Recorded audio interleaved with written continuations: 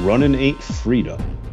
Welcome in to the Bro 4 Squad podcast, where we are just a bunch of bros drinking beer and talking movies. This is episode 207, and I'm your host, the Mayor Jeff Hornacek. Before we get started with the movie discussion, thank you so much for joining us. Let us go around and meet the fellow bro with me tonight.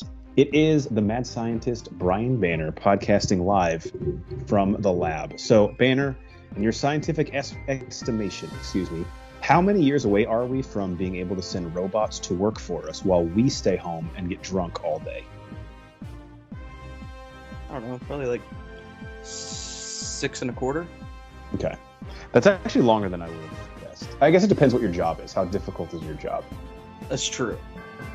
Like, Our I'm jobs, I teach probably physics. like 3. Yeah. I would need several androids to go to my work. Not that I do the work of many people, but I just think it would function better if there was like 3 robots supervising the kids. Yeah, you're just so bad at it that there needs 3 to correct the direction of your leading the young leaders of tomorrow. It's cool too. We can have like one robot be like good robot, another robot be the bad robot. You know, like. Ooh, and then we need mom robot to like take care of boo-boos and tie our shoelaces. Yeah, so I would actually need to order a couple from the robot company, but that's all right. So financially, we're probably still at about 6 1/4, 6 1/2 maybe. I'll start a separate savings account here. Try and make that happen. Get a GoFundMe going. Yeah, I'm sure people would love to contribute their hard-earned cash to that. Some all right, guys. People out there. Here on people have spent money on way weirder shit. Here on the Bro 4 Squad podcast, we drink beer and we talk movies, and we start every episode off with the most important thing in any bro's life, and that is chest day. Well, today we're going to skip chest day. We'll just pretend that Brian and I showed up and did like a light cardio day, maybe played some basketball in the gym at LA Fitness. And we're going to go straight into our protein shake, which is where we go around and talk about what is in our cup, also known as what have we been watching lately. And Jeff, I noticed that you failed to mention that game of racquetball that I whooped your ass in. I rolled my ankle early. Hey, champions play through the pain, man. Oh, most LA Fitnesses have cortisone on hand to take care of that. I don't know what kind of dog and pony show you are a member at that didn't have it. Be a little embarrassed. Didn't mean to interrupt. Let's just say the guest pass will not be converting to a full membership. All right, so our protein shake, we're going to each go around and talk about things that we have seen lately. And part of the reason we're skipping chest day today and going straight to protein shake is because Brian and I actually have quite a bit of overlap, things that we've both watched that it's a perfect time to talk about them together. So, Brian, why don't we begin? I will toss it over to you. What is something in your cup? What have you seen lately? So I'm going to kind of surprised we haven't done a review on this one. So I'm just going to come out of the gate with it. I saw The Flash. As did I. So spoilers ahead for The Flash. Skip ahead 2 minutes or so if you have not seen it yet. Yep. Overall, I enjoyed it. I thought it was well done. Ezra Miller is a fucking psychopath, but I thought he did a good job with what he had. Some of the serious stuff didn't really land as hard with me, but I don't know how much of that was him or if it was the writing. I mean, they kind of made him a little bitch at times. And it's funny because I'm the exact opposite. I thought he was really good at the serious stuff, and I still just think he is a horrible comedic actor. Like, everything he does feels so contrived and like over the top goofy. Like, he does not understand comedic timing or like what organic humor is. But I thought the serious stuff with his mom that shit worked for me. So that's kind of funny that you thought the opposite. I think the story stuff worked. I think the way that his character was written and the way that he was told to do it didn't work. Some of his mannerisms I just felt were forced. Maybe he's just not a good fake crier, but I thought every time I saw tears, I was like, okay, so that is just a bunch of fucking bullshit. I was going to say, they definitely CGI'd some tears for my man. Yeah. There's no way those were authentic. No. So some of that, I guess that's more what I'm talking about. I thought the story was good. There was some stuff from, obviously, Flashpoint Paradox is one of my favorite comic runs ever. Love Flashpoint Paradox, the DC animated. Probably one of my favorite cartoons. It is my favorite DC animated. This felt only like kind of loosely based on that, I feel like. I would agree with that. They took that idea and they took a lot of liberties. I would say most of the liberties that they took, I liked. Yeah, I like the Thomas Wayne portion in the comics and the cartoon. I could do without the Atlanteans versus the Themyscira, so I'm kind of glad that wasn't a part of it. And this was more. I agree. Yes, I agree. This is, I would say, a good analogy is Flashpoint Paradox is an overarching theme, right? You have all these other things coming in together, and they told Barry's story within that broader story. Similar to how Captain America's Civil War was Captain America's view of this Civil War that they had. Is kind of from his point of view and his motivations behind it. Yeah, and I guess they're not apples to apples, but they're like green apples to red apples. Yeah, and I don't need it to be like a straight off the page remake. I actually think that, I mean, I obviously loved Keaton in this, and I say obviously because on this pod we're massive fans of his iteration of Batman. It was iconic to our childhood. So I guess he kind of plays the role of Thomas Wayne, albeit a much different version of Batman, because his version from '89, I actually liked what they did. It would have been really predictable to make him like jaded and kind of over crime fighting. But he basically just says, yeah, I did such a good job that Gotham doesn't really need me anymore. It's kind of why he's retired. Right. Which I thought was awesome. You didn't have that anger that you have from Thomas Wayne in the comics. You don't necessarily have here. And I think that's a good thing, because that would have taken away from Barry trying to get back to his own timeline. Yeah. In my opinion. But overall, I thought it was good. It's definitely upper tier of the DC movies, the DCEU, if that's what we're calling them. I don't even know if that's a thing anymore. Is that even a fucking thing anymore? So Aquaman and the Lost Kingdom is supposed to be like the last DCEU movie, because James Gunn said Blue Beetle they can work with. Okay. So this is like the second to last one. I think, and there's a big gap between this and number one, but I think this is my second favorite DCEU movie behind Wonder Woman. I would agree with that.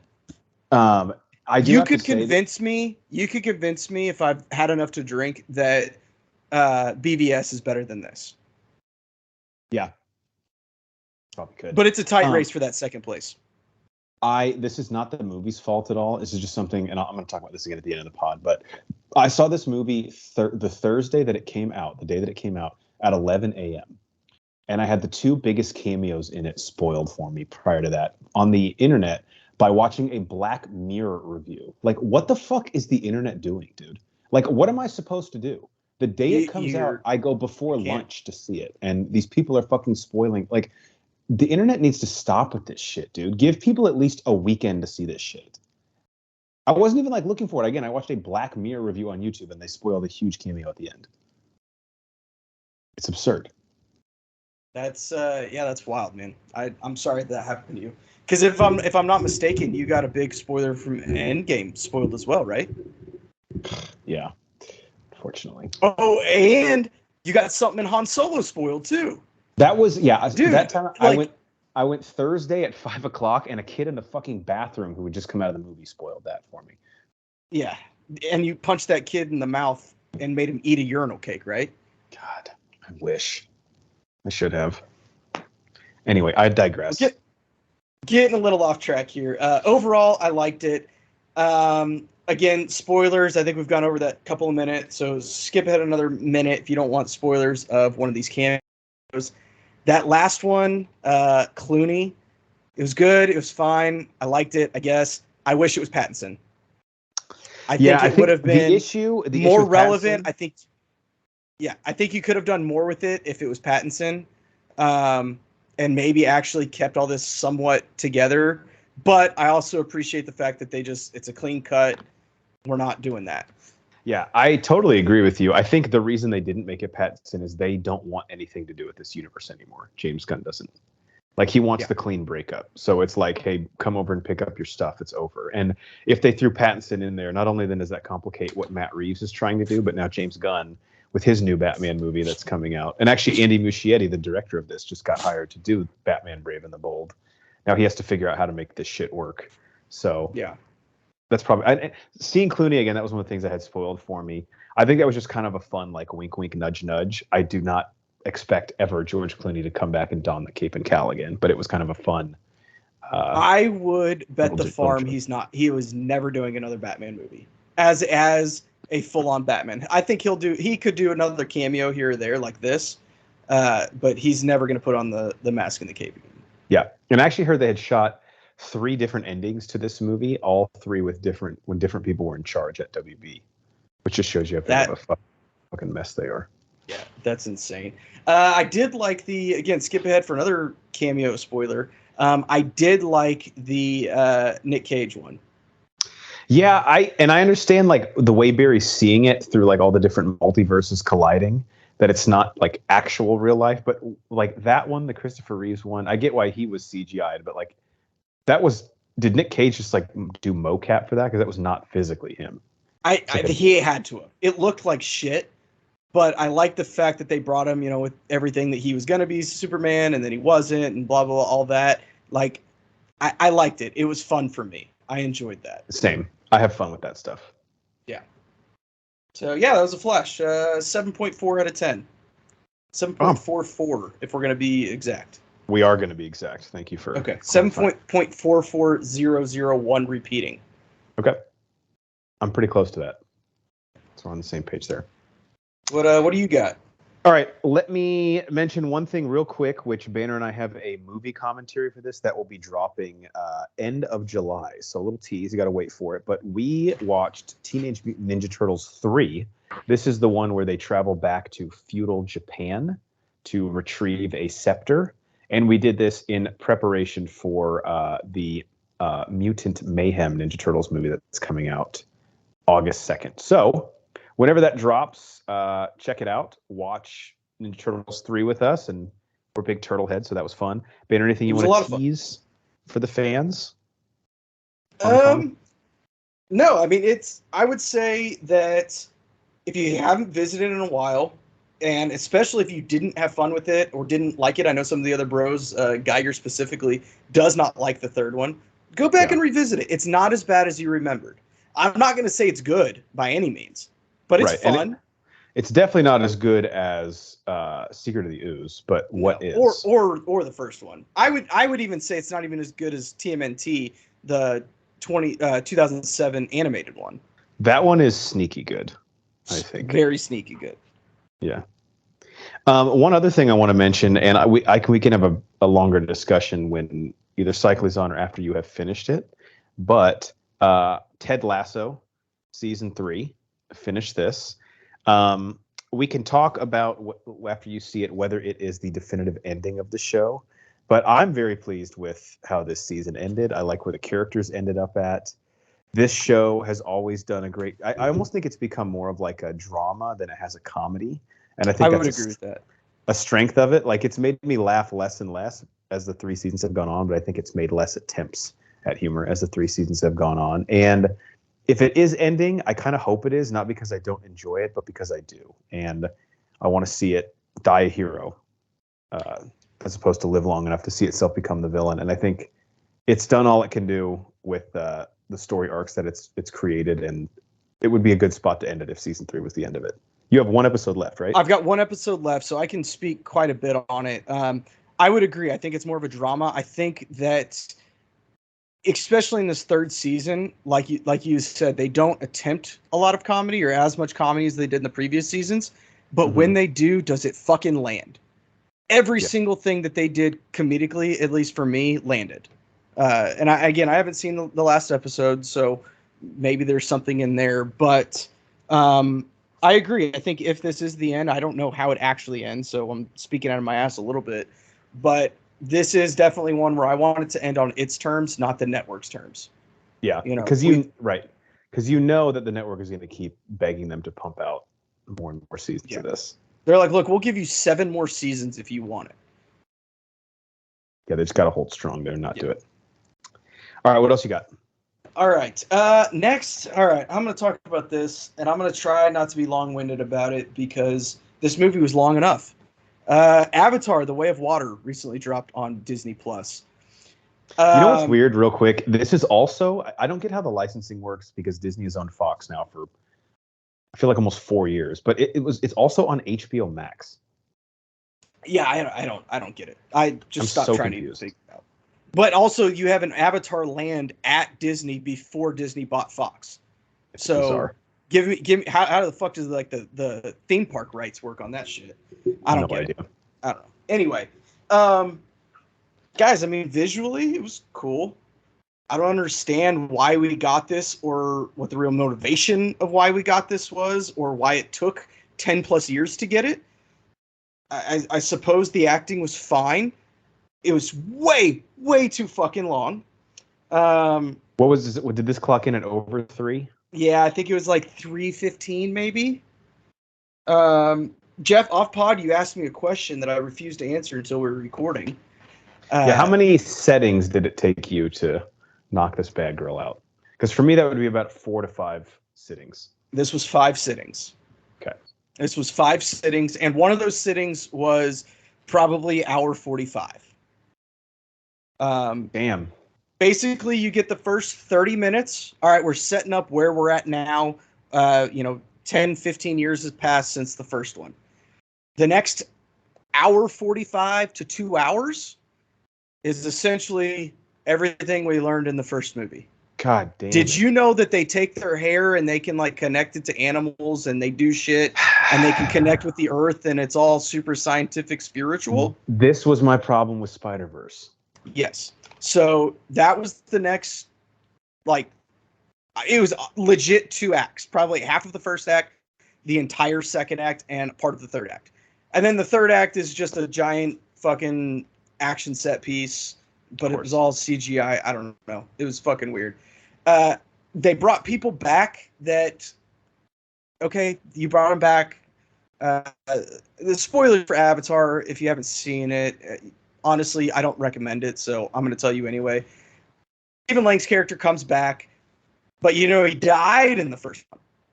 Yeah. Well, he took his conscience right before he died, right before he went into that last battle, last movie, and then put it into an avatar. So now he's an avatar that is trying to get revenge on the avatars because he lost, but he didn't know he lost until he literally told himself that he lost. Cool. So now he's mad.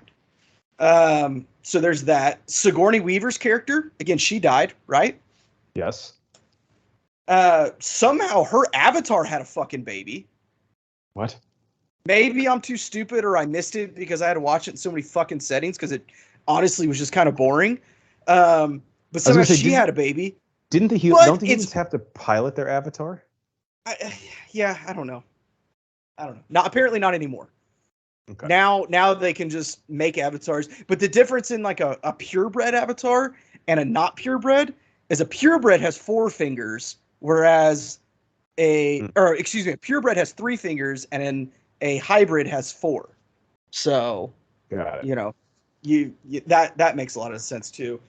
Sigourney Weaver voiced her daughter, so it was weird having a 65-year-old Sigourney Weaver voicing a 14-year-old baby of Sigourney Weaver.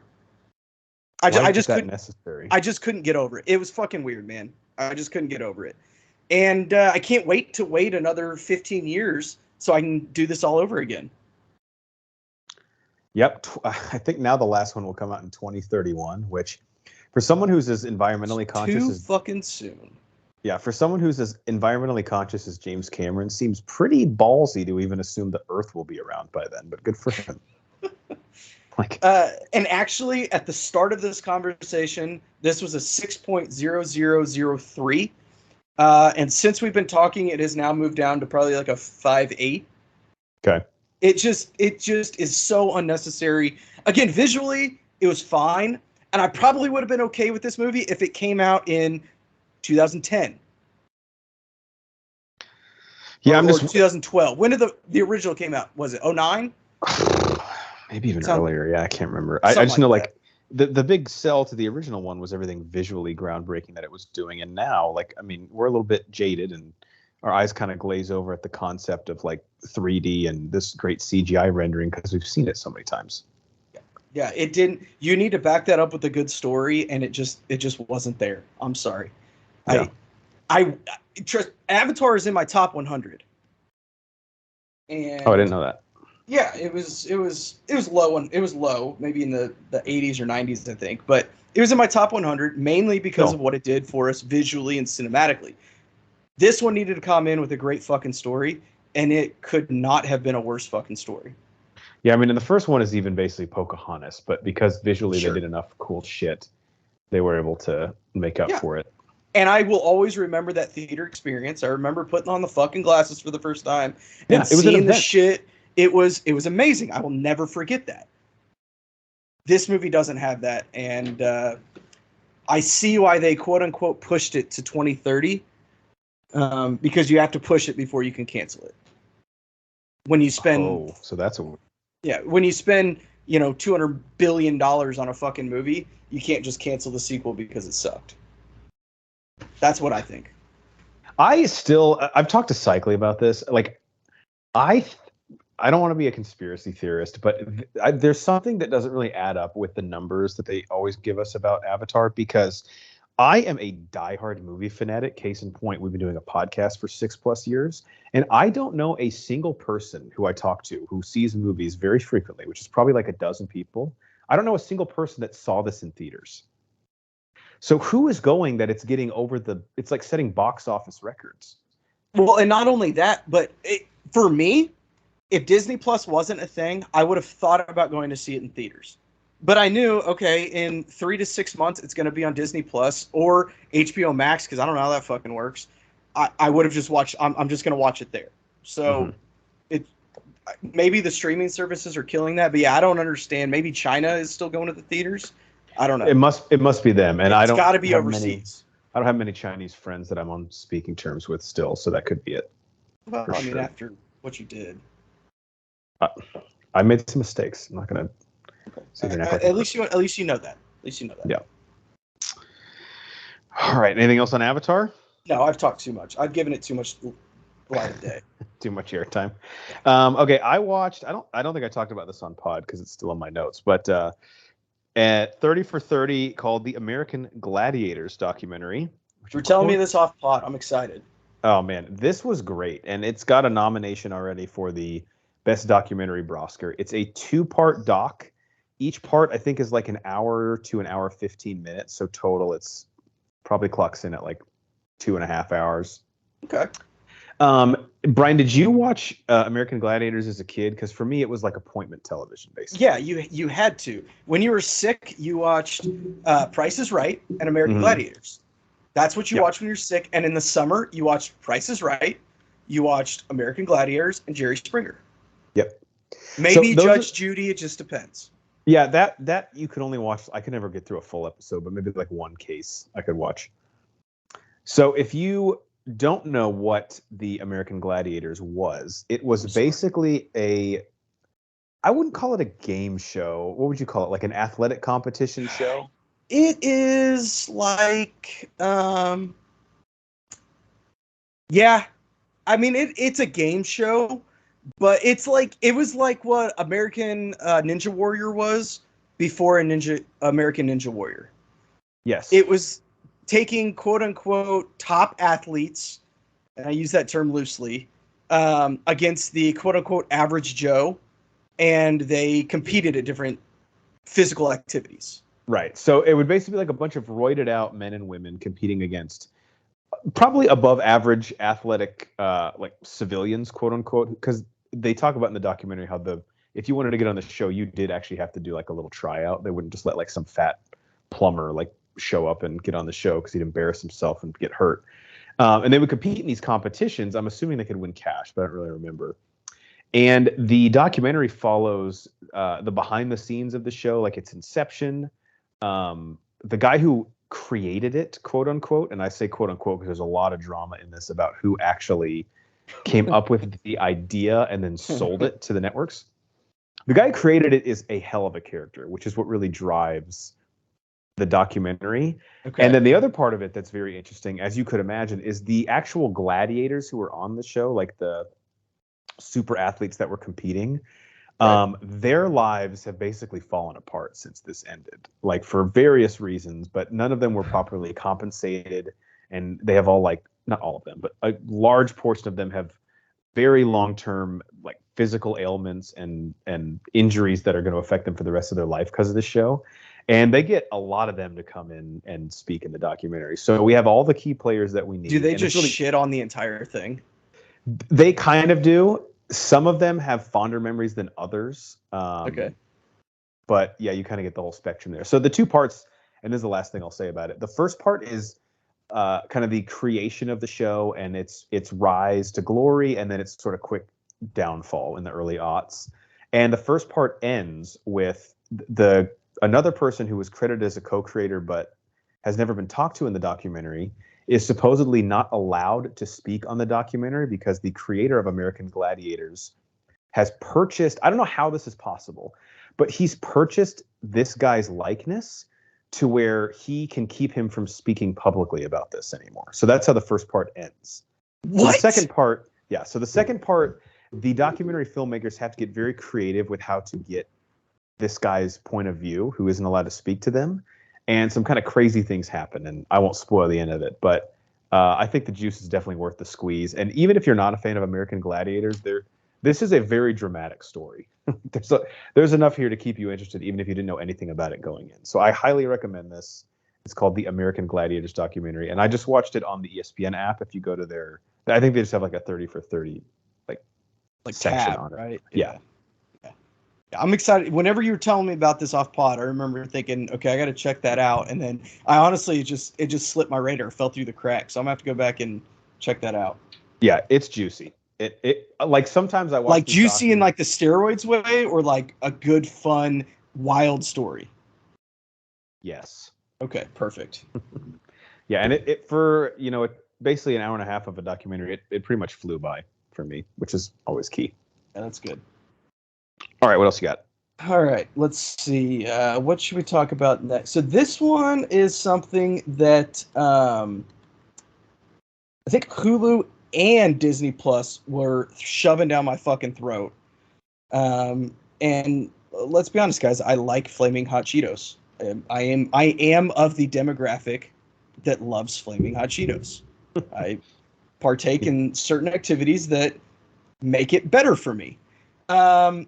This was called I don't know, my computer's fucking up right now, so I'm not Flamin' really sure. Hot. Flamin' Hot, that's what it's Flamin' called. Hot. Thank you.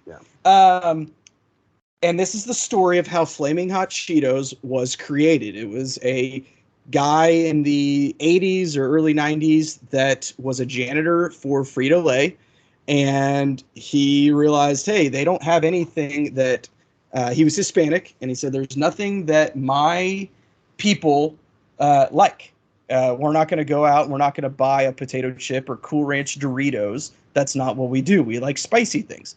And so him and his family created the concoction of peppers that created Flaming Hot. They threw it on Cheetos, and wham, bam, body slam, you have a brand new chip to distribute. This was clearly made by Disney. I think they Disneyfy it. They Disneyfied it. They churched it up a lot. I haven't done my research. I'm just assuming that this is not what truly happened. The guy worked at Frito-Lay for like 40 years or some shit like that. Like he retired in I think 2019. He ended up like the head of international marketing or some crazy shit like that, which is great. I believe all of that. They made it seem like he was like a hood rat, like involved in the gangs, like in and out of prison, dealing drugs before he landed this job as a janitor, and then was just trying to support his family and all this other stuff. I don't believe that he had that crazy and tumultuous life prior to becoming the janitor. Yeah. Not that things weren't hard. Everybody has hard times. I understand that. Some people are less fortunate than other people. I just don't think he had it as bad as this portrayed it to be. It felt very forced. It felt very fake. I also think that the way that they told the story, you remember in Ant-Man, the first one, when Pena's character is going through and telling the story, and he's like voiceovering all these other people, and how they kind of found goes out that Pym has the vault. Yes, all of that stuff. it felt like a biopic ripoff of that. Oh wow. Yeah. Which sounds like I would like it on the surface. You would not like that at all. Okay. Especially because the guy who was playing the janitor, I don't even remember his name. I'm a terrible fucking person.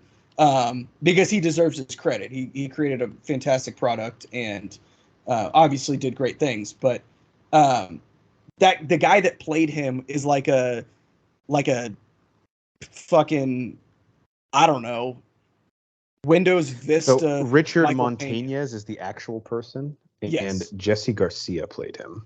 So Jesse Garcia to me was like a Windows Vista Michael Pena. Yeah. And that just actually, I mean, he's got a lot of like bit roles, it looks like. I just don't know if I know anything that he.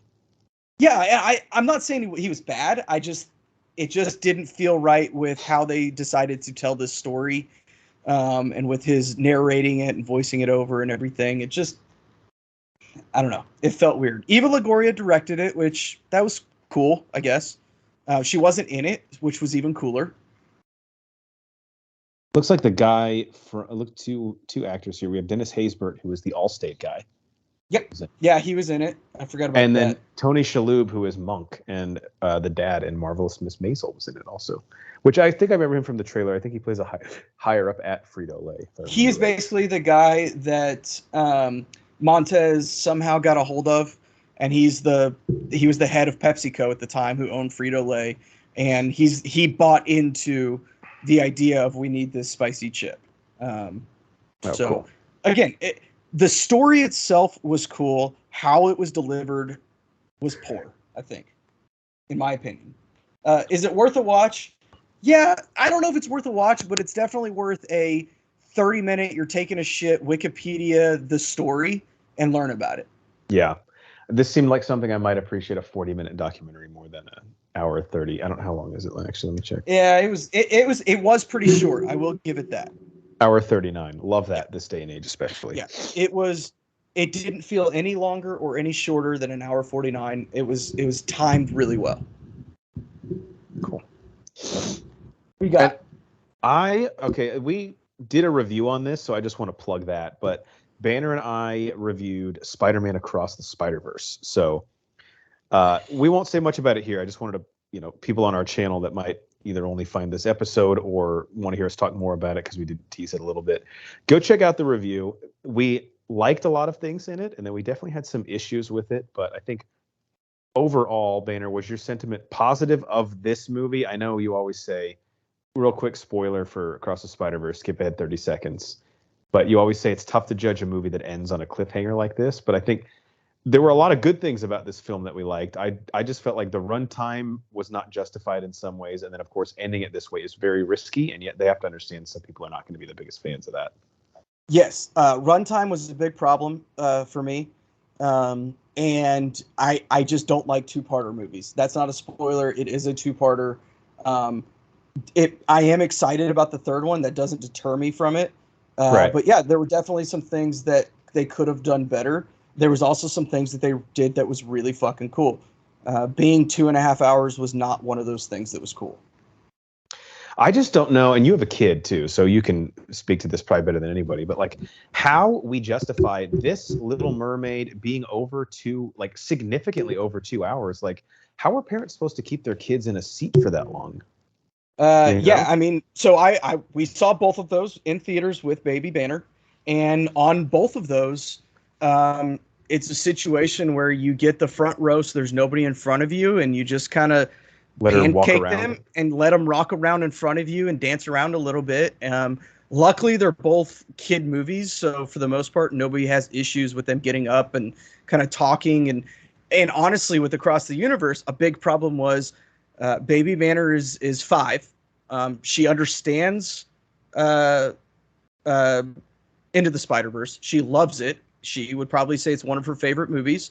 And she was very fucking confused in this. Oh, everyone. And that's a problem when it's a kids movie that is marketed for kids.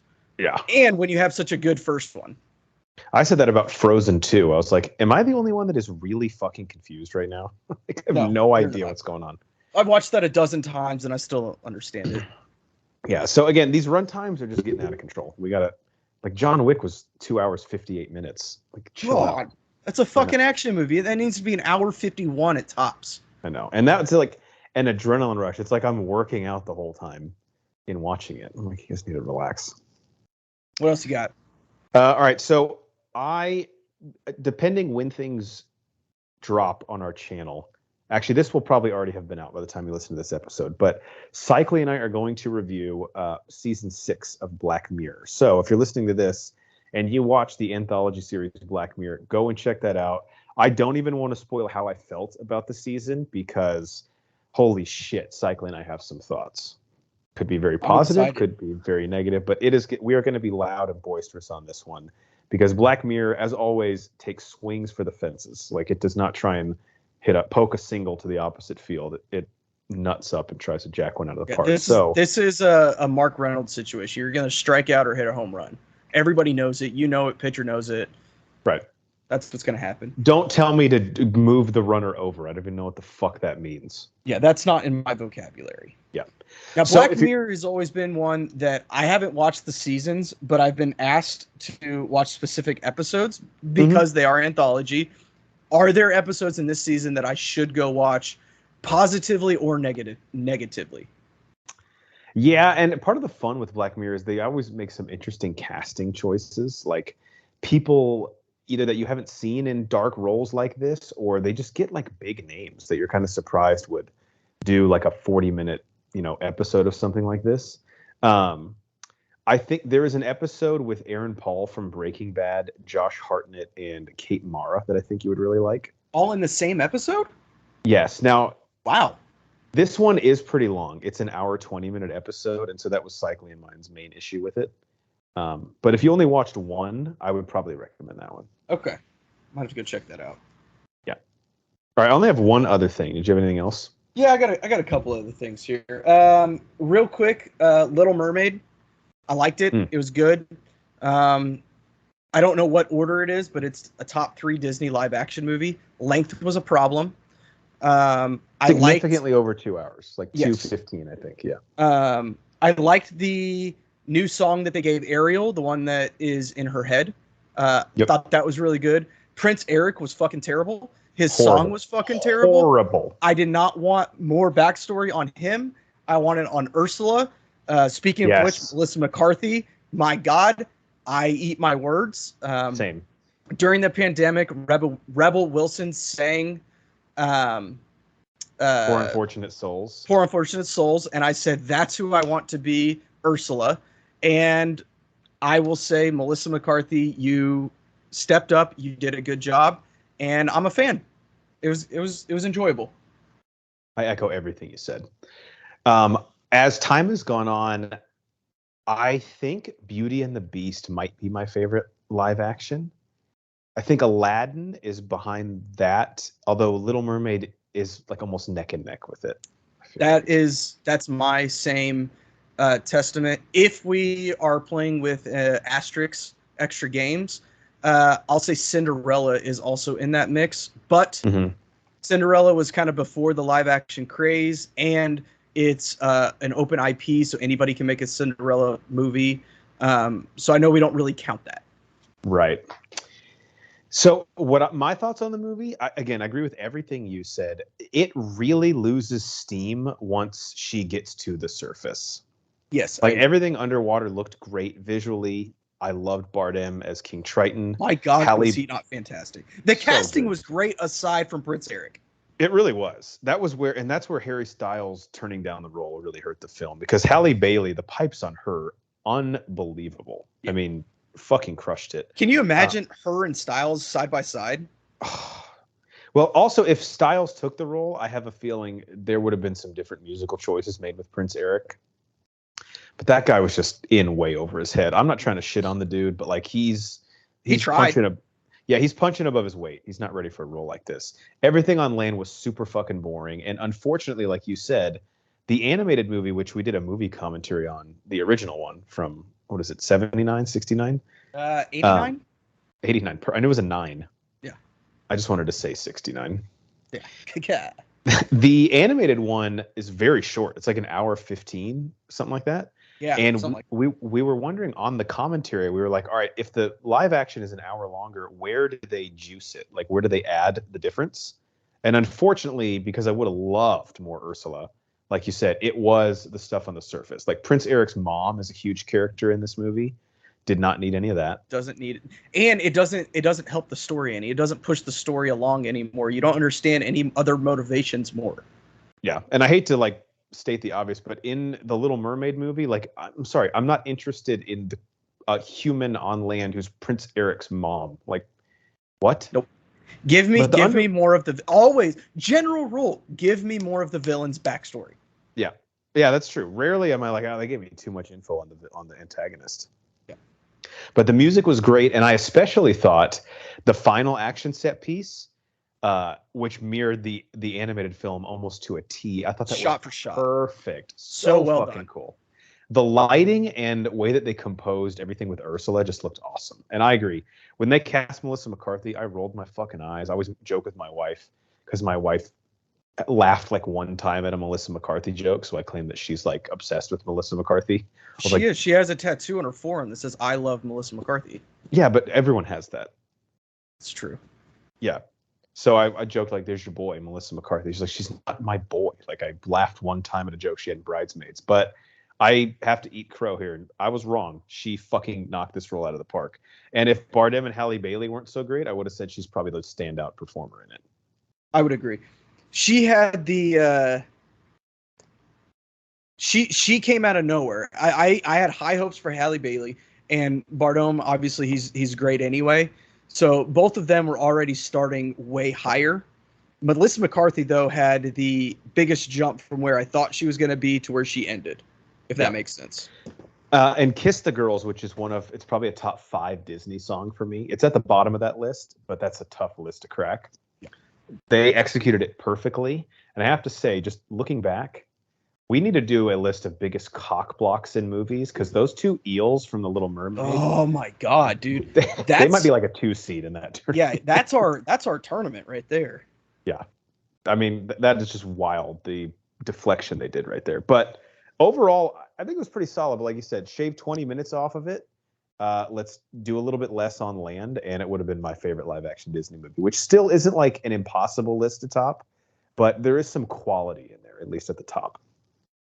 And I think I know Little Mermaid is extremely popular, but at least for me on my list, it is one of the lower titles that I like as far as Definitely. the cartoons go. And so for it to do so well in the live action setting and be that high on my list is a big testament.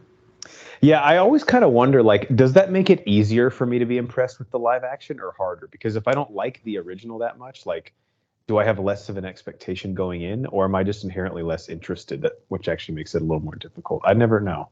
Yeah, I don't know. I know that Beauty and the Beast is a top 3 of the animated, and it's obviously a top 3 of the live action too. So I don't know how to answer that question. And on this pod, we've been the first to admit we talk out of both sides of our mouth, because we go in to the live action, and anytime they change anything, we're like, well, what the fuck? It's not like that in the animated movie. But then also we've said, well, if you're just going to make it the same, then why even fucking do it? So I don't know what I want, to be honest. I don't know what I want either, but that's not for me to figure out. That's for you. That's for them to figure out. Exactly. And they haven't done it yet. No, they haven't. All right. I got one more thing, but if you got anything else. I've got 2 more, but one of them I know you have seen as well. Oh, perfect. Just do one of them random. Okay. I'll do the one that you haven't seen. And this isn't really a movie. This is cheating. This was an episode of E60 called Once Upon a Time in Anaheim. For those of you that don't know, E60 is a documentary series on ESPN, kind of like 30 for 30, but not as long. And it just like randomly pops up. Like there's really no schedule to it. No, there's not. It's just whenever they have one, they throw it in there.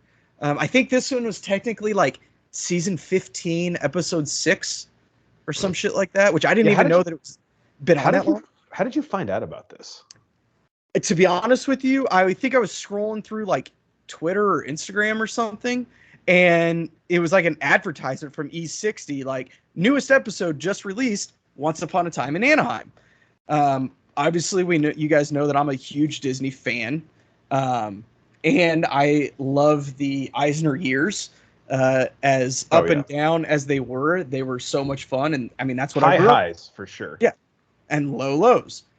This is arguably one of the lows. This tells the story of how the Mighty Ducks, the movie, got made by Disney, and how Disney decided to parlay that with we're going to buy an expansion team and call them the Mighty Ducks.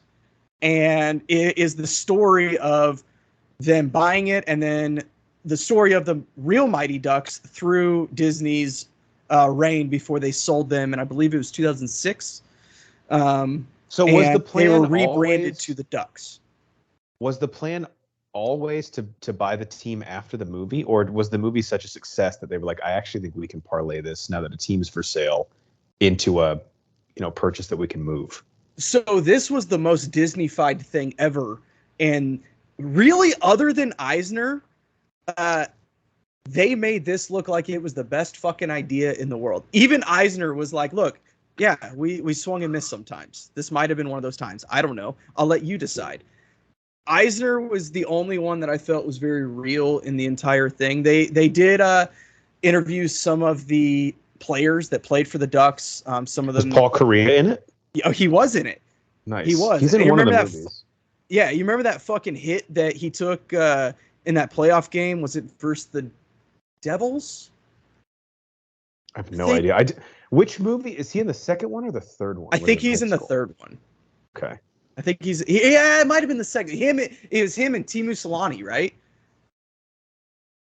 I don't remember. I just fucking Oh, watched. wait. Yeah, you're right, because they played, Charlie thinks that their high school coach is just some fucking asshole. And Yeah. Paul Correa's like, no, I played with him. He was like the best player I ever saw, or some shit like that. Yeah, that's what it was. So they made it. They Disney-fied the fuck out of this. ESPN and Disney made them look like this was the best idea, and look, it wasn't our fault that they didn't do better.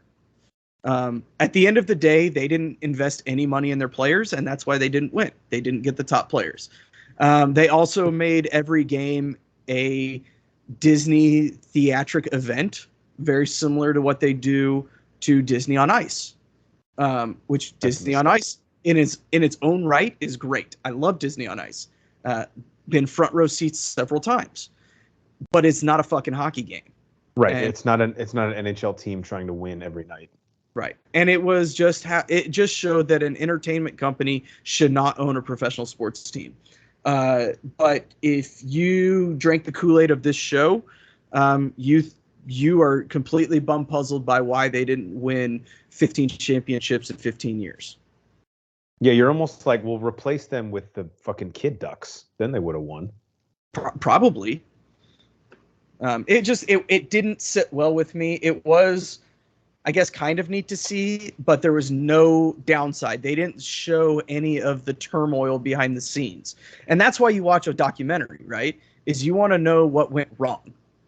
And this kind of seems to me like a conflict of interest too, because as we know, Disney owns ESPN. So they're going to make a documentary about themselves, and we're supposed to expect them to show us how their bacon's made. I don't think so. Obviously, or not obviously, I don't know what I'm saying here. I'm surprised Eisner did this. Obviously, we all know Eisner has come under a lot of scrutiny for a lot of different things that he tried. High highs, low lows. I'll be the first to admit that. But he was like the only one willing to talk shit on what they did and how they did it. And that, to me, makes me like, dude. Yeah, it makes me like him a little bit more. But the Disney company did not echo his sentiments. Disney kind of has, and again, they're not unique as far as major corporations go in this regard, but they do kind of have a track record of just being kind of chicken shit when someone asks them to look back on any of their event. Every one of the documentaries that they've done about of sports teams for the most part, except even with The Last Dance, I think, but the people they're doing the documentary on, they kind of shy away from actually making them look too bad, which is why I actually like the American Gladiators documentary so much, because I don't know if the main guy in it knows that he's coming across as a total fucking dick, but he is. So in the Eisner thing, I at least appreciate that he's transparent and honest after all these years. Yeah, he definitely admitted he had some wrongs and some faults. But again, if that works out, he's a fucking genius. All right, Jeff, you got something else, and then I got one last thing that we both saw. Perfect. Okay, so I signed up for this like newsletter that I get like once a week. It's called Screen Grab, and it gets sent to the Bro4 Squad email, but I usually read it and move it in a folder probably before any of you guys can see it. Yeah, because I check the inbox so often. Basically what it is it tells me what is coming out that week, like not only on all the streaming platforms and theaters, but on network TV, which even though I don't have cable anymore, I've cut the cord completely. You can usually find that stuff on either some streaming service or, various ways. Library. Correct. Through my local library, if you want to watch it. And every once in a while, there is a Lifetime original movie that the premise of it sort of intrigues me. And I'm like, I mean, this probably isn't going to be like an Academy Award winning film, but I might give it a poke. And one of these that I had added to my watch list and finally got around to watching today was called Girl in the Closet. And I checked it out. I have a couple issues with this, and I won't talk about it too long because I wrote a Letterboxd review if you do want to see my full thoughts on it. But two things. First off, Boehner, it's about a girl who gets abducted by her aunt when her mom has some sort of accident that leaves her in the hospital. Okay. The problem is there is at no point in this movie a closet. Ever. What? The girl is in the basement the whole time. Does she have a closet? The woman might, but there's no girl in the closet ever. We don't even see there isn't even like an opening shot of her taking a jacket out of a closet. Not the girl, if there is. Yeah, it's an adult at all times. So that was like my main issue. And this, the whole like I'm 40 minutes in, and I'm like, are they going to move her to a fucking closet at some point? Because if not, like this whole thing is a lie. It's a bait and switch. Some issues. I tuned in explicitly being promised a girl in a closet, and it's yet to happen. At the end, spoilers for Girl in the Closet. At the end, they do move her in a shed for a little bit, but we can't count that, right? That's not a closet. That's not a closet. In the shed, it's like yard equipment. So again, I was going to say, if it was a shed / like storage unit that had clothes in it, I'm a nice guy, so I'll give you a pass. But if we've got yard equipment, what the fuck are we doing? Right. It's outside. It's a shed. It's like there's like rakes and stuff inside of it. Have you ever tried to wear a mower? Yes. Yeah, it doesn't work. Does not. That's why I lost my left arm. Actually. That's right. The other thing that I have an issue with, so without getting into the details of the plot, not because I don't want to spoil them, but just because it's sort of irrelevant here.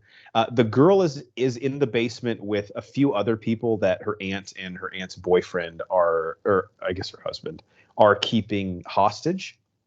And there are so many opportunities in this movie for these people to escape. In fact, at one point, they ask the main girl to take the trash out.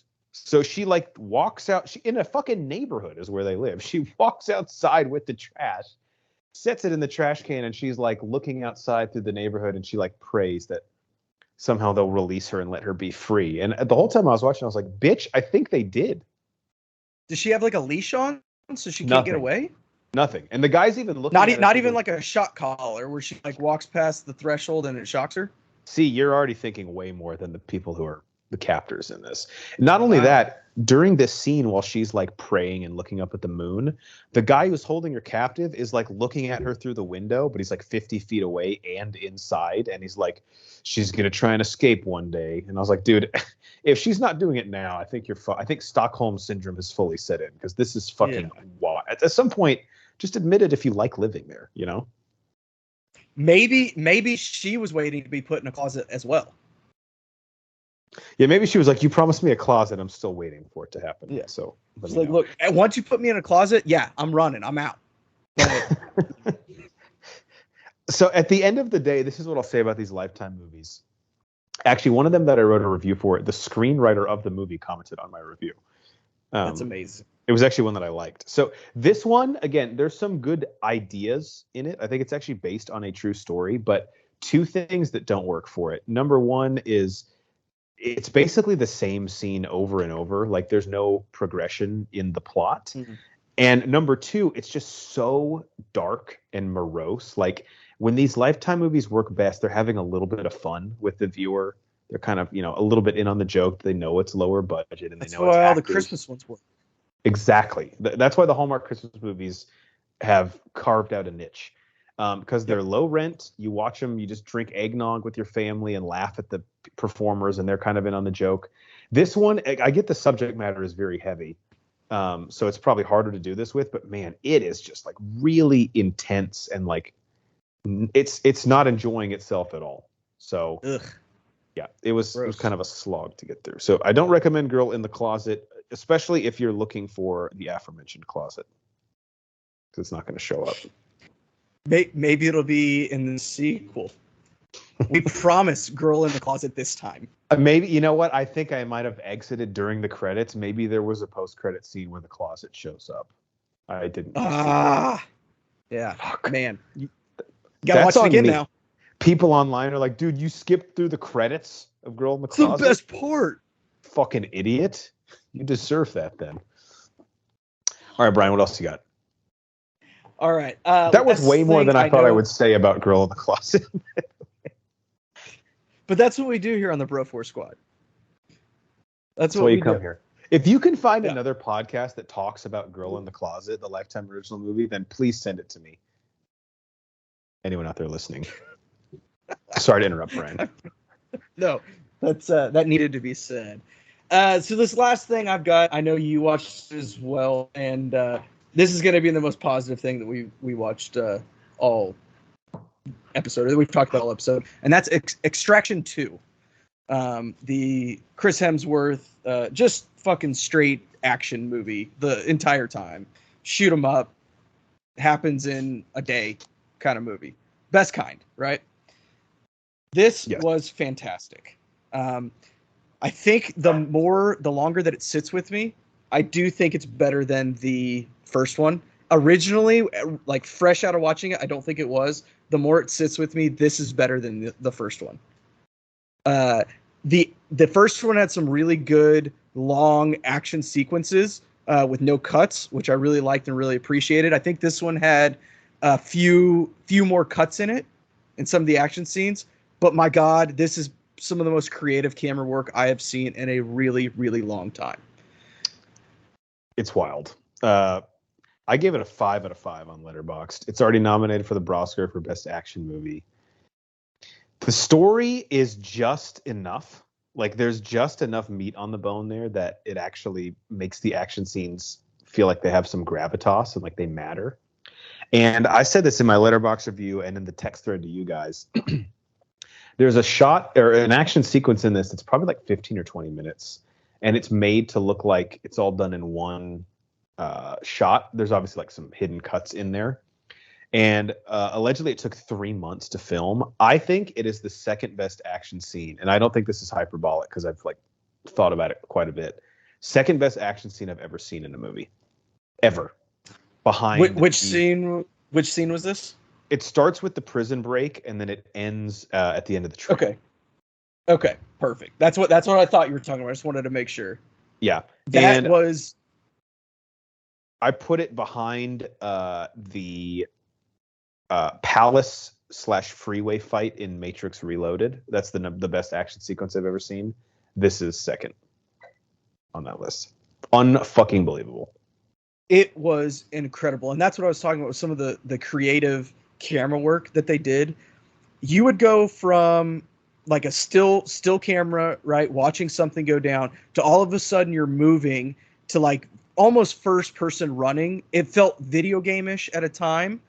And then all of a sudden you like spin around and boom, there's a fucking airplane getting blown up in front of your face.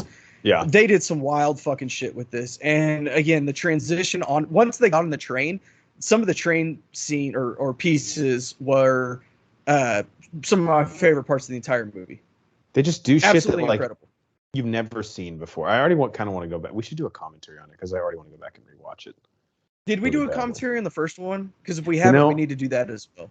Yeah, I don't think we have. Let's just find a night where we can just double dip and do them both, because they're not really all that long. I think this one came in just at 2 hours. Yeah, and we're talking about movies that justify the runtime. Like, this one does not overstay its welcome at all. In fact, I probably could have used 10 more minutes of it, if we're being honest. Yeah, just because of how creative it was. I mean, like you said, the story was just enough. They actually built some depth to a couple of these characters, which was incredible. But go ahead. I was just gonna say, it doesn't feel like a Steven Seagal movie where it's like melodramatic, like, because Chris Hemsworth has very good acting chops, and they don't keep going to the well of emotion so much where you're like, dude, we get it, something bad happened to this character. Like, it's just tactfully inserted just so we care enough with what's happening to him. And this one was set up so beautifully by the first one. Oh yeah. In the fact that he is just a mercenary, doesn't know anything. There's some sort of trauma that he's trying to run from, and he's got these demons from his past life, but they never touch on it in the first one.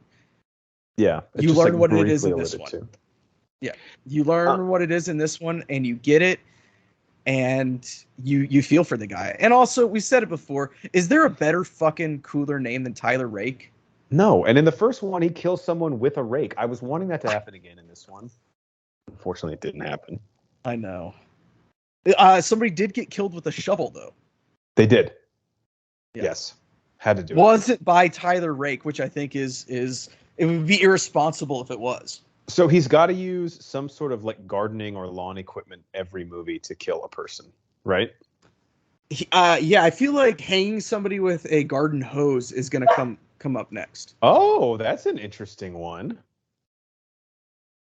You need to be in the writer's room. They put out like a list of gardening tools, and they're like, all right, come up with something creative with one of these. Like, I already got it. Move it. Give me the whiteboard. Give me the marker, actually, real quick. Let me draw this up. Yeah, I would say, just off the top of my head, you're going to have a big office lobby. And in that lobby, you have a fountain, and there's like a big garden area. So naturally, you're going to have a spigot with a hose for maintenance to water those. And that was laying out. Maybe it's the evening empty lobby. That's on the second floor. You got some fighting, gets it wrapped around his neck, throws him over the railing while fighting one or two other guys. That's you have a vision, my friend. We need to execute it. Real quick, can we have people skip ahead like a minute, because I want to spoil the two theories one that I have, and then another one that I've read about who the aforementioned character could be at the end. Love it. All right, so Idris Elba, skip ahead if you haven't seen Extraction 2. Idris Elba appears, well, he's in it earlier in the movie too, but obviously Heimdall from the MCU has worked a lot with Chris Hemsworth. It was really, really fun to see him in it, especially with the Russo brothers producing. But he appears as a figure who assists Tyler Rake, gives him his mission, and is working for an organization that I can't remember the name of Tyler's like partner, the girl, but apparently like she knows his organization, this Idris Elba's group, right? Nick? Sounds right. That sounds right. And he says that he works for a, quote, gnarly motherfucker. So the two theories that are out there, number one is the Russos, the person that they would like to bring in to play this gnarly motherfucker in the third Extraction would be Tom Hiddleston, which I think would be awesome, right? Wouldn't that be sick? Dude, like, he is the perfect, like, British, like, just criminal boss, right? Yes, dressed to the nines the whole time. Ugh, I know. And see him and Hemsworth again in a role like that would be so fucking cool. So cool. The other theory out there is the Russo brothers also directed The Gray Man, also on Netflix, that it could be Ryan Gosling's character from The Gray Man. That would be cool. Not as cool as Hiddleston. I agree. But it would be kind of cool to like it would be like do like an Avengers quote unquote like connection movie with The Gray Man and Tyler Rake. Just like kicking ass. My problem with that is that Gosling as in Gray Man, I just didn't buy him as like this badass dude. Sure. He did fine. I just didn't buy him as that, and that's probably just because he's never done that before, really. So I naturally just have I don't want to say disdain, but shy away from it a little bit. Yeah, I would. But if they could do this with like 2 or 3 other things too, like, dude, that'd be fucking sick. Yeah, like what's like another? There's got to be like another Netflix IP out there. Well, maybe Red Notice could tie in. I was just about to say Red Notice. I don't know that he would work. He wouldn't work for one of them, but maybe he's going against them in something.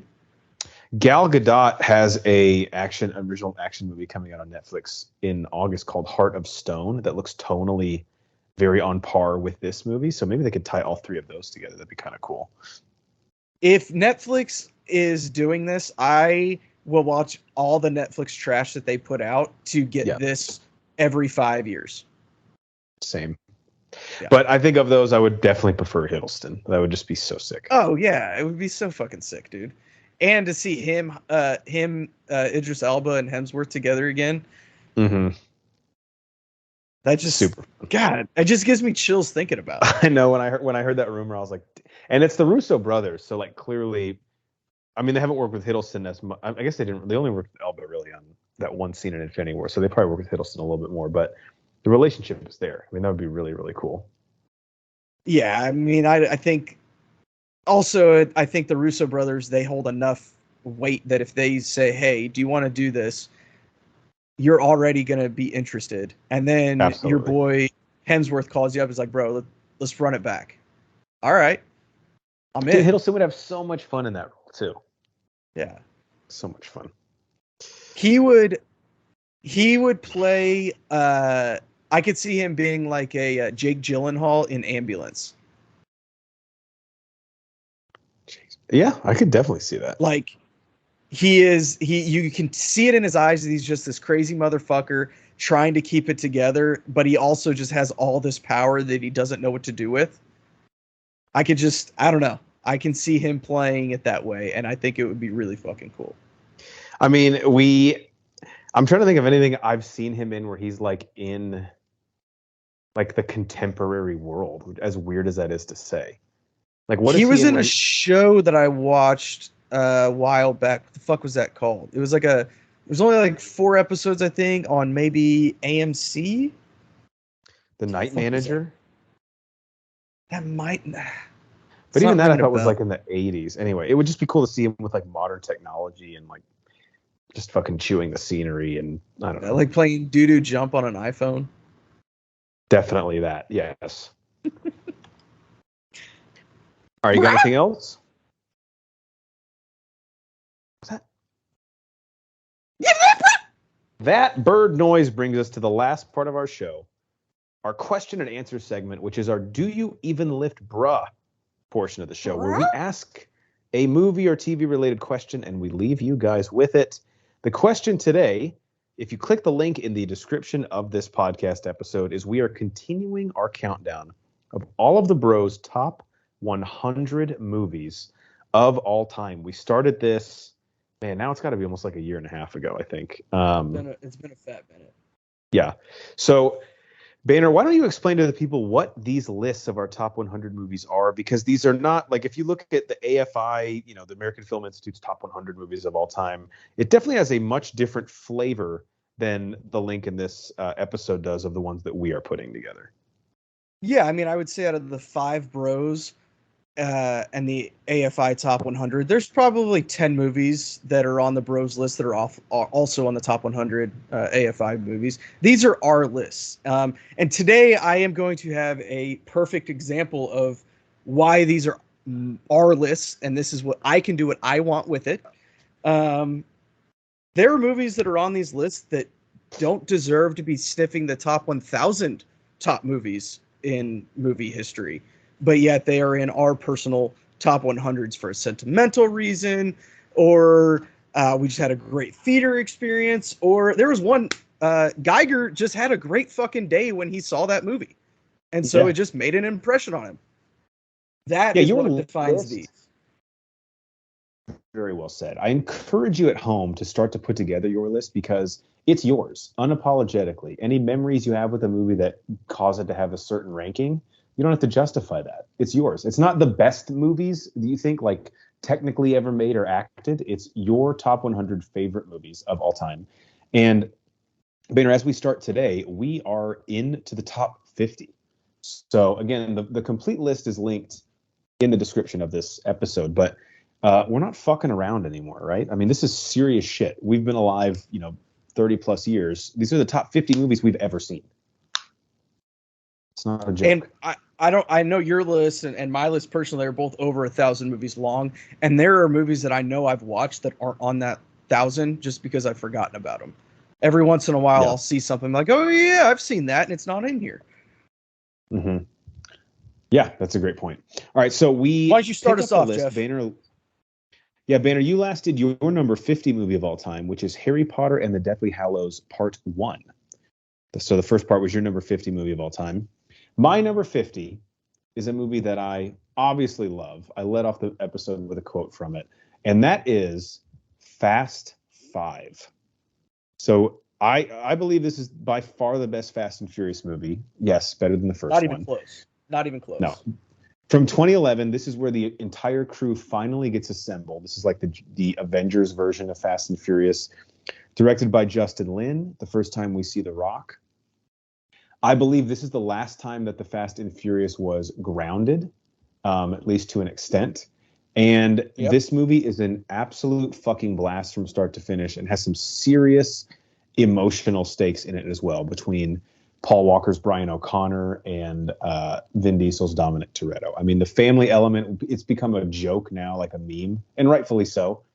But at this point, it's earned in this movie. And I referenced earlier, I think that the top 2 action set pieces I've ever seen in a movie are The Matrix Reloaded Palace and Highway Fight at number 1, Extraction 2's Prison Break leading into the train sequence at number 2.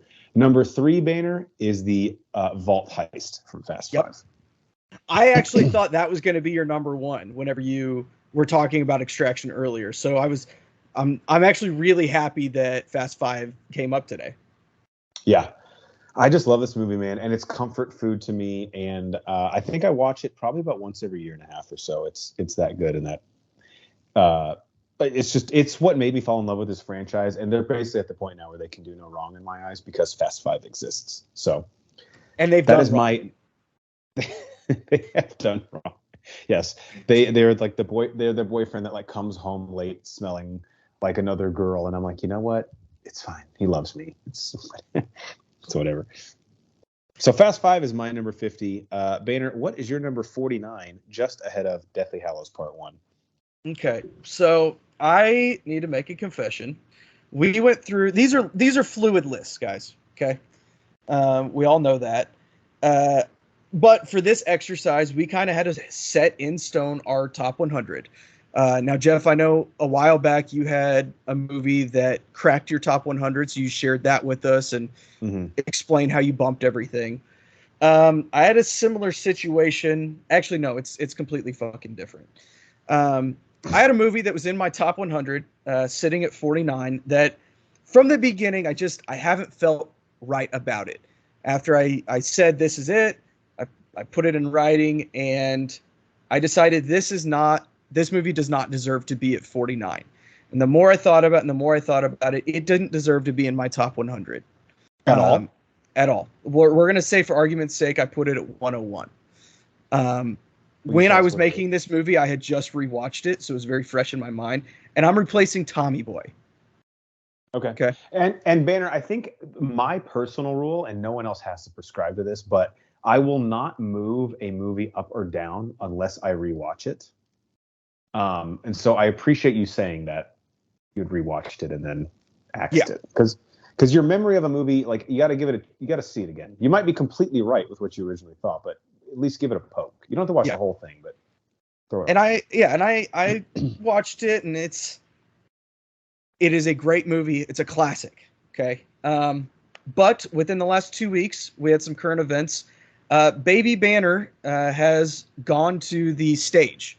She is now doing solos, and her very first solo was Let It Go from Frozen. That automatically made this movie easy replacement into a top 50 because of that moment. Seeing her on stage in front of God and everybody, singing her heart out, not afraid of anything, all the confidence in the world, and it's because of this movie. I hate this movie. I think the second one is super confusing, and I like the second one better. I think the music in this movie is overrated, but this is such a strong emotional moment in my life, and always will be, that this was an extremely easy swap. So I took Tommy Boy out and I added Frozen, and now I'm just going to shit on it. I hate it. I think Elsa is extremely selfish. I think Princess Anna. You know how I feel about Olaf. Yeah, Olaf is atrocious.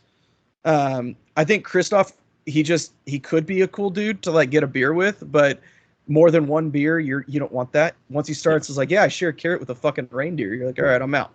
It's just not. I don't like it. I don't think it's a great movie. It made a lot of money, and I appreciate what it did. But for me, it is breaking this list because of what it did for me 10 years, 15 years after it actually came out, and the influence that it had on my daughter. Love that. Again, yeah, and our top 100 movies. As a parent, and based on Baby Banner's proclivity to it, you've probably had to watch it way more times than you would care to. I am embarrassed by the. It's probably playing right now in your house. There's a chance that it is. Yeah. Unfortunately. All right. So at 49, Frozen clocks in. And I think it is important to note, we are just probably I know that is like an iconic Pixar film to people, but it's actually Disney animated. It's not Pixar. Oh, really? Okay. Yeah. I can't tell the difference anymore because they've completely copied their animation style. But we are of the generation to where this was like we had kind of graduated from these films being like monumental in our lives. I think the last like animated Disney movie that for me like really, really affected me as a kid was probably like maybe Cars, probably more Monsters Inc. I don't even think Cars hit me. Yeah, I would say it's closer to Monsters Inc. So again, not that we're just not of the age that Frozen when it came out was a huge fucking deal to us. All right, my number 49. I'm interested to see your thoughts on this movie if you've seen it. It's the 2018 movie starring Blake Lively and Anna Kendrick called A Simple Favor. I have seen half of the third act, and not the second half of the third act. What? Yeah, this was a fun one where my wife was watching it, and I was doing something else and kept walking in and out, and I was very curious, and I guessed a few things right, a few things wrong. Oh. But what I saw of it, I really liked. Yeah, that is a weird time to be. They also make out in it, right? They do, and that for some people might even be worth the price of admission. It's just sort of a fun, twisty, turny thriller with some comedy elements, and just I think the best performance I've ever seen from Blake Lively. Like I kind of used to laugh at her and be like, "Okay, you're like the Gossip Girl chick, right?" No, she can fucking act if she wants to, and she does it here. Henry Goulding is also in it. One of the first things I've seen him in. He's of course from Crazy Rich Asians and Snake Eyes. And it's just a really interesting plot. The premise of it is Blake Lively is she's married to Henry Goulding, and Anna Kendrick is a friend of theirs because they both have kids that are of the same age that go to school together. Anna Kendrick is a single mother. One day, Blake Lively asks Anna Kendrick to watch her child while she goes on a little trip, and Blake Lively does not return. So a lot of things ensue after that, and you're basically trying to figure out what happened to Blake Lively, and like why did she specifically ask Anna Kendrick that day to watch her child, and things really kind of flip on their head. There's a couple different twists, all of which work for me. And it was just a movie that really stuck with me. Like there's a lot of movies that make these attempts at like putting together like kind of a crafty topsy-turvy narrative while also being funny. And they work to varying degrees sometimes, but this one just really hit with me. And I remember after I watched it, I was like, damn, I was not expecting that movie to be that good. And I've revisited it once since. This is a movie I'll just say the best viewing experience I think would be to watch it with someone else who hasn't seen it before. Because if someone else has seen it, they're going to be kind of like looking at you at certain parts to like gauge your reaction. And it's just kind of fun to go through the experience of the twists and turns of someone else that's going through it at the same time as you. Nice. Don't do what Boehner did where you walk in and out of the third act four times. Yeah, no, I was very confused. But I was also intrigued enough where there is a chance I'll go and watch it. Especially because, actually I will, because it's on your top 100. So. Thank you. Yeah, it's a very, very fun, interesting movie. And it clocks in at number 49. Love it. All right. That's all I got for today, Boehner. Any closing words of wisdom you want to leave our listeners with? Yeah, guys, let's just make sure that we pull over for those emergency vehicles. Okay. Not gonna lie. I haven't really loved what I've seen lately. Okay. That's not good. It's not good. It's not good at all. I don't know when this drops, but in my neck of the woods, we had some pretty bad storms come through. A lot of power lines down, a lot of people without a power. And, yep, people are just trying to help other people, and you are the problem why they're not getting help. So everybody needs to calm the fuck down and just pull over. You see the lights, you hear the woo, woo, pull the fuck over. Yeah. Not that hard. Real simple. Not that hard. I'll end with just reiterating what I said off the top.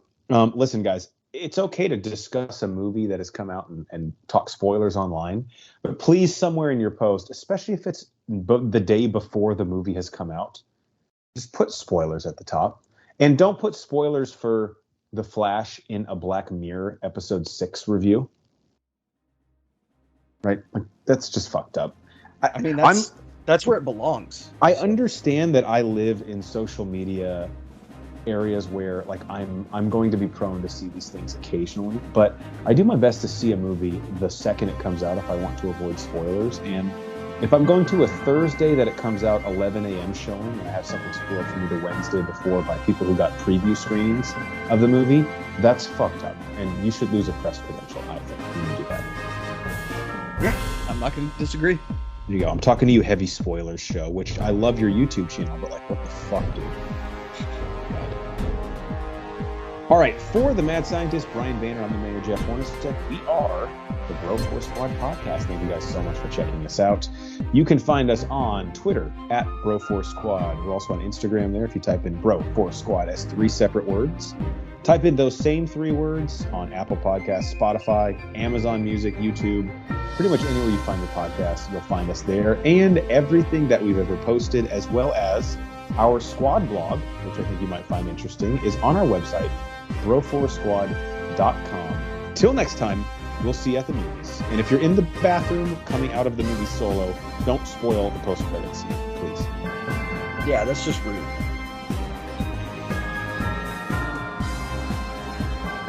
Stop. I don't know, but if it did, you need to leave that in there.